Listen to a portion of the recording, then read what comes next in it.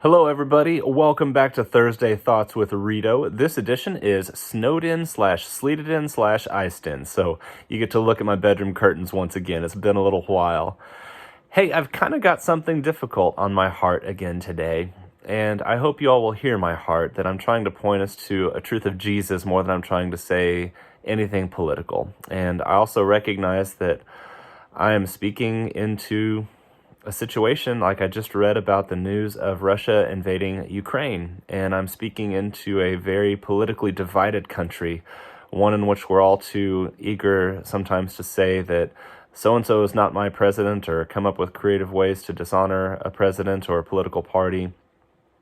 And I'm not trying to tell us what to do about that. I'm just trying to show us Jesus and what he calls those of us who would follow him to. So I hope you all will hear my heart, and thank you for your patience and grace. And I'm also talking as someone who's thankful to be an American citizen, and I recognize that our country was founded in revolution and rebellion, and that spirit still exists in us today. So again, hear my heart.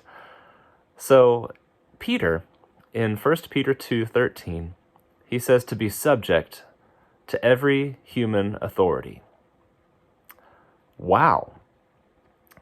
Let me give you a little bit more wow to help you think about who Peter was writing to and why he would say this. So Peter was writing to Christians who were in the Roman Empire.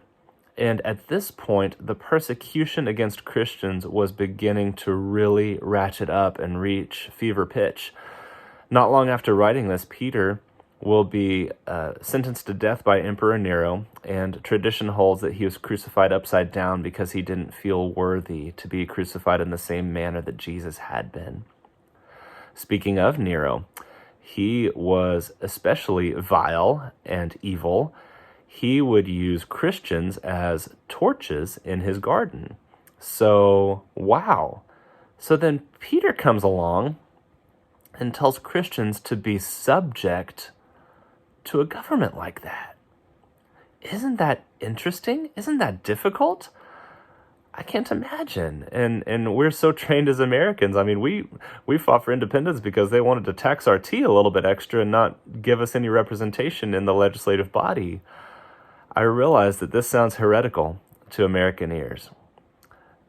But our ultimate allegiance, it's not to a political party, it's not even to a country, but we honor God by honoring those who are in leadership over us. Not just our politicians in government, but our bosses. I just got done having my annual interview with the board who is overseeing my ordination in the Wesleyan Church, and it's a joy to get to submit to that board and to submit to my leaders at my church. And that's the call.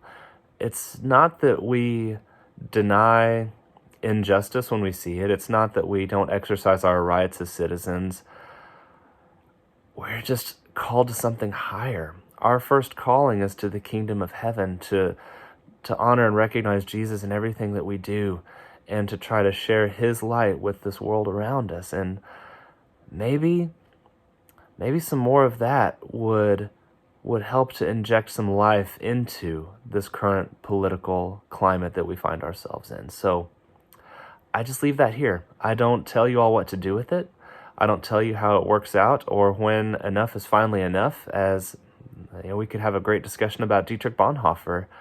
And that's a conversation I'd welcome, because it's not cut and dry.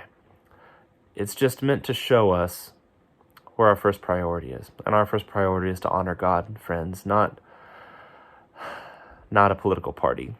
So friends, hear my heart. And this day, walk in the light of Jesus, because that's what really, really matters. And be the light to the world around you, because they really, really need it.